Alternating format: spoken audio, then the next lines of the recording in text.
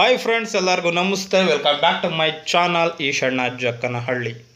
ಸ್ನೇಹಿತರೆ, ನಾನಿವತ್ತು ನಿಮ್ಮ ಜೊತೆ ಮಾತಾಡ್ಲಿಕ್ಕೆ ಬಂದಿರೋ ವಿಷಯ, ಯಾಕೆ ನಮ್ಮ ದೇಶದ ಯುವಕರಿಗೆ 30 ವರ್ಷ ಆದರೂ ಕೂಡ ಎಷ್ಟೋ ಜನಕ್ಕೆ ಮದುವೆ ಆಗಿಲ್ಲ, ಮದುವೆ ಯಾಕೆ ಆಗ್ತಾ ಇಲ್ಲ, ಅದಕ್ಕೆ ಕಾರಣಗಳೇನು ಅಂತ ನೋಡೋಣ. ಸ್ನೇಹಿತರೆ ನೋಡಿ, 1000 ಪುರುಷರಿಗೆ 945 ಮಹಿಳೆಯರಿದ್ದಾರೆ. ಅಂದರೆ ಅಂಥ ದೊಡ್ಡ ಡಿಫ್ರೆನ್ಸ್ ಏನೂ ಇಲ್ಲ ಇಲ್ಲಿ. ಆದರೂ ಕೂಡ ಯಾಕೆ ಆಗ್ತಾ ಇಲ್ಲ ಅಂತಂದರೆ, ಇಲ್ಲಿ ರಿಯಾಲಿಟಿನೇ ಬೇರೆ, ಎಕ್ಸ್ಪೆಕ್ಟೇಷನ್ನೇ ಬೇರೆ, ಈ ರೀತಿ ಆಗ್ತಾಯಿದೆ ಸ್ನೇಹಿತರೆ ನೋಡಿ, ಪ್ರತಿಯೊಬ್ಬ ಹುಡುಗಿರಿಗೂ ಕೂಡ ಗೌರ್ಮೆಂಟ್ ಜಾಬಲ್ಲಿರೋ ಹುಡುಗನೇ ಬೇಕು. ಆದರೆ ಹುಡುಗಿ SSLC ಫೇಲ್ ಆಗಿದ್ರೂ ಪರವಾಗಿಲ್ಲ, SSLC ಫೇಲ್ ಆಗಿರೋ ಹುಡುಗಿ ಕೂಡ ನನಗೆ ಗೌರ್ಮೆಂಟ್ ಜಾಬಲ್ಲಿರೋ ಹುಡುಗ ಬೇಕು ಅಂತ ಎಕ್ಸ್ಪೆಕ್ಟೇಷನ್ ಮಾಡ್ತಾಳೆ. ಅವಳು ಕಾಂಪಿಟೇಟಿವ್ ಎಕ್ಸಾಮ್ಗೆ ಓದಿ ಬರೆದು ಅದರ ಮಹತ್ವ ಏನು ಅನ್ನೋದೇ ಅವಳಿಗೆ ಗೊತ್ತಿರಲ್ಲ, ಅದರ ಕಷ್ಟ ಏನು ಅನ್ನೋದೇ ಗೊತ್ತಿರಲ್ಲ. ಅಂತಹ ಗೌರ್ಮೆಂಟ್ ಜಾಬಲ್ಲಿ ಇರುವಂಥ ಹುಡುಗ ಈ SSLC ಫೇಲ್ ಆಗಿರೋ ಹುಡುಗಿನ ಯಾಕೆ ಮದುವೆ ಆಗ್ತಾನೆ? ಹೌದಲ್ಲ ಸ್ನೇಹಿತರೆ? ಅದಾಗಲಿ ಸ್ನೇಹಿತರೆ, ಈಗ ಹುಡುಗಿರಿಗೆಲ್ಲರಿಗೂ ಮದುವೆ ಆಗಿದೆಯಾ? ಹುಡುಗಿರ ಮದುವೆ ಅಷ್ಟೊಂದು ತೊಂದರೆನಲ್ಲಿ ಇಲ್ಲವೇ ಇಲ್ಲ ಸ್ನೇಹಿತರೆ. ಹೆಣ್ಣು ಮಕ್ಕಳ ಮದುವೆ ಆಗ್ತಾನೇ ಇದೆ. ಗಂಡು ಮಕ್ಕಳಿಗೆ ಇಲ್ಲಿ ಹೆಣ್ಣು ಸಿಗ್ತಾ ಇಲ್ಲ. ಅದು ಹಳ್ಳಿ ಊರಾಗಿದ್ದರೆ ನಾನು ಹಳ್ಳಿಗೆ ಕೊಡಲ್ಲ, ಮದುವೆ ಮಾಡಿಕೊಂಡು ಬೆಂಗಳೂರಿಗೆ ಕರ್ಕೊಂಡು ಹೋಗಬೇಕು ಅಂತ ಇದೊಂದು ಡಿಮ್ಯಾಂಡು. ಸ್ನೇಹಿತರೆ ನೋಡಿ, ಈ ರೀತಿಯ ಡಿಮ್ಯಾಂಡ್ಗಳಿಂದ ಹಳ್ಳಿಯ ಹುಡುಗರಿಗೆಲ್ಲ ಮದುವೆನೇ ಆಗ್ತಾ ಇಲ್ಲ. ಸೊ ಅದರಿಂದ ಹುಡುಗರೇನು ಮಾಡ್ತಾ ಇದ್ದಾರೆ, ಹಿಂದಿನ ಕಾಲದಲ್ಲಿ ಹೇಳ್ತಾ ಇದ್ದರಂತೆ 1000 ಸುಳ್ಳು ಹೇಳೋ ಒಂದು ಮದುವೆ ಮಾಡಿಸು ಅಂತ. ಆ ರೀತಿಯಾಗಿ ಸ್ವಲ್ಪ ದಿನ ಎಷ್ಟೋ ಜನ ಬೆಂಗಳೂರಿಗೆ ಬಂದುಬಿಡ್ತಾರೆ. ಬೆಂಗಳೂರಿಗೆ ಬಂದುಬಿಟ್ಟು ಇಲ್ಲಿ ಯಾವುದೋ ಒಂದು ಕೆಲಸ ಮಾಡ್ತಾ ಇರ್ತಾರೆ 6-7 ತಿಂಗಳು. ಬೆಂಗಳೂರಲ್ಲಿದ್ದೀನಿ ಅಂತ ಹೇಳ್ತಾರೆ.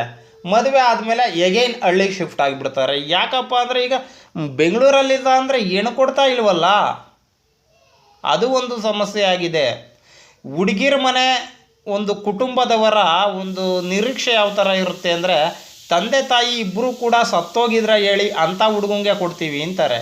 ಯಾಕಪ್ಪ ಅಂದರೆ ತಂದೆ ತಾಯಿ ಇದ್ದರೆ ತಂದೆ ತಾಯಿ ಚಾಕ್ರಿ ಮಾಡಬೇಕಲ್ಲ ಕೊನೆವರೆಗೂ ಅನ್ನೋ ಒಂದು, ನನ್ನ ಮಗಳು ನೋಡ್ಕೋಬೇಕಲ್ಲ ತಂದೆ ತಾಯಿನ ಅನ್ನೋ ಒಂದು ಮನಸ್ಥಿತಿ ಹುಡುಗಿಯರ ಮನೆಯವರ ಪೋಷಕರಲ್ಲಿ ಬಂದಿದೆ ಸ್ನೇಹಿತರೆ.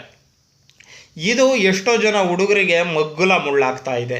ಹಿಂದಿನ ಕಾಲದಲ್ಲಿ ಹೇಳ್ತಾ ಇದ್ರು ವರದಕ್ಷಿಣೆ ತಗೋಬೇಡಿ, ಹುಡುಗಿನೇ ಕೊಡ್ತಾ ಇಲ್ಲ, ಈಗ ವರದಕ್ಷಿಣೆ ಹಾಳಾಗೋಗಲಿ. ಈಗಿನ ಕಾಲದಲ್ಲೂ ಕೂಡ ವರದಕ್ಷಿಣೆ ಕಿರುಕುಳ ಹಂಗೆ ಹಿಂಗೆ ಅಂತ ಕೇಸ್ಗಳಾಗ್ತಾ ಇರೋದು ಜಾಸ್ತಿ. ಯಾಕಂದರೆ ಅವೆಲ್ಲ ಫೇಕ್ ಕೇಸ್ಗಳಾಗಿದ್ದಾವೆ. ಅದು ಹೋಗಲಿ ಬಿಡಿ ಸ್ನೇಹಿತರೆ.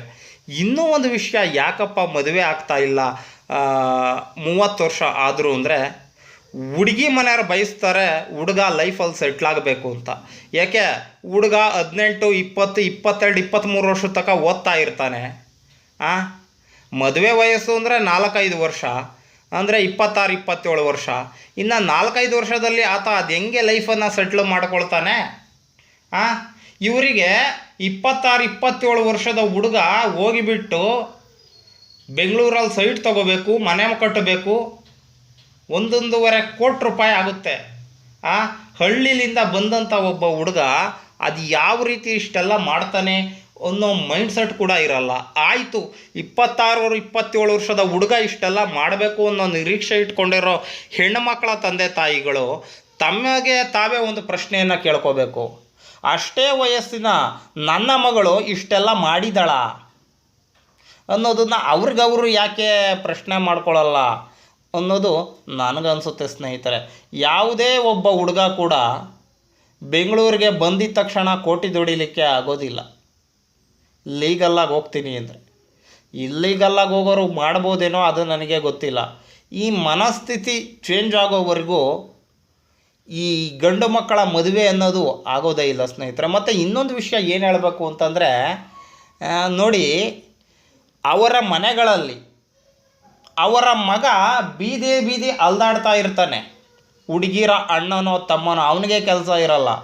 ಆದರೂ ಬರೋ ಹಳೆ ಮಯ್ಯ ಗೌರ್ಮೆಂಟ್ ಕೆಲಸದಲ್ಲೇ ಇರಬೇಕು, ಕಂಪ್ನಿನಲ್ಲಾದರೂ ಇರಬೇಕು ಅಂತಾರೆ. ಬಿಸ್ನೆಸ್ ಮಾಡೋನಿಗಂತೂ ಹೆಣ್ಣೇ ಕೊಡಲ್ಲ. ನಾಳೆ ದಿನ ಬಿಸ್ನೆಸ್ ಲಾಸ್ ಆದರೆ ಏನು ಮಾಡೋದು ಅಂತ. ಈ ಸ್ವಾಮಿ ನಾನು ಕೇಳೋದೇನಪ್ಪ ಅಂತಂದರೆ, ಈ ಜೀವನನೇ ಕೂಡ ಶಾಶ್ವತವಾಗಿರಲ್ಲ, ಬಿಸ್ನೆಸ್ ಶಾಶ್ವತವಾಗಿರ್ತವೆ.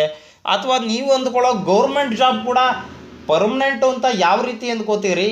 ಗೌರ್ಮೆಂಟ್ ಜಾಬಲ್ಲೂ ಕೂಡ ಸಸ್ಪೆಂಡ್ ಮಾಡ್ಬೋದು, ಡಿಬಾರ್ ಮಾಡ್ಬೋದು, ಡಿಸ್ಮಿಸ್ ಮಾಡ್ಬೋದು, ಟರ್ಮಿನೇಟ್ ಮಾಡ್ಬೋದು. ಪ್ರೈವೇಟ್ ಕಂಪ್ನಿಗಳಲ್ಲೂ ಅಷ್ಟೇ, ದೊಡ್ಡ ದೊಡ್ಡ ತಪ್ಪು ಮಾಡಿದರೆ ಅವ್ರನ್ನೂ ಕೂಡ ಟರ್ಮಿನೇಟ್ ಮಾಡ್ತಾರೆ. ಆದರೆ ಬಿಸ್ನೆಸ್ ಮತ್ತು ಪ್ರೈವೇಟ್ ಕಂಪ್ನಿಗಳು ಅಥವಾ ಗೌರ್ಮೆಂಟ್ ಜಾಬ್ಗಳಿಗೆ ಹೋಲಿಸ್ಕೊಂಡ್ರೆ ರಿಸ್ಕ್ ಜಾಸ್ತಿ ಬಿಸ್ನೆಸ್ಸಲ್ಲಿರುತ್ತೆ. ಅದೊಂದು ಒಪ್ಕೋಬೇಕು. ನೋಡಿ ಸ್ನೇಹಿತರೆ, ಬಿಸ್ನೆಸ್ ಬಗ್ಗೆ ಬರ್ತೀನಿ. ಉದಾಹರಣೆಗೆ ಯಾರೋ ಒಬ್ಬ ಪ್ರಾವಿಷನ್ ಸ್ಟೋರ್ ಇಟ್ಕೊಂಡು ಬಿಸ್ನೆಸ್ ಮಾಡ್ತಾ ಇದ್ದಾನೆ ಅಂದರೆ ಅವನ ಮಗ ಈಸಿಯಾಗಿ ಪ್ರಾವಿಷನ್ ಸ್ಟೋರ್ ಓನರ್ ಆಗ್ಬೋದು. ಅದೇ ಅವರಪ್ಪ ಏನಾದರೂ ಪ್ರೈವೇಟ್ ಕಂಪ್ನಿನಲ್ಲಿ ಒಂದು ಜಾಬ್ ಮಾಡ್ತಾ ಇದ್ದರೆ ಆ ಮಗನಿಗೆ ಅದೇ ಕಂಪ್ನಿ ಜಾಬ್ ಸಿಗುತ್ತೆ ಅಂತ ಹೇಳಲಿಕ್ಕಾಗೋದಿಲ್ಲ. ಹೌದಲ್ಲ ಸ್ನೇಹಿತರೆ? ಈಗ ನೀವೇ ಯೋಚನೆ ಮಾಡಬೇಕು, ಇದು ಬೆಸ್ಟೋ ಅದು ಬೆಸ್ಟೋ ಅಂತ. ಅದು ಹೋಗಲಿ ಬಿಡಿ, ಕೆಲವು ಹೆಣ್ಮಕ್ಳು ಹುಡುಗ ಕರ್ರೋಗಿದ್ದಾನೆ, ಹುಡುಗ ಹಾಗೆ ಹಿಂಗೆ ಅಂತಾರೆ. ಮತ್ತು ಹುಡುಗ ವಯಸ್ಸಾಗಿದೆ ಅಂತ ಕೂಡ ಕೇಳ್ತಾರೆ. 35 ವರ್ಷ ಆಗಿದೆ, 33 ವರ್ಷ ಆಗಿದೆ ಅಂತ.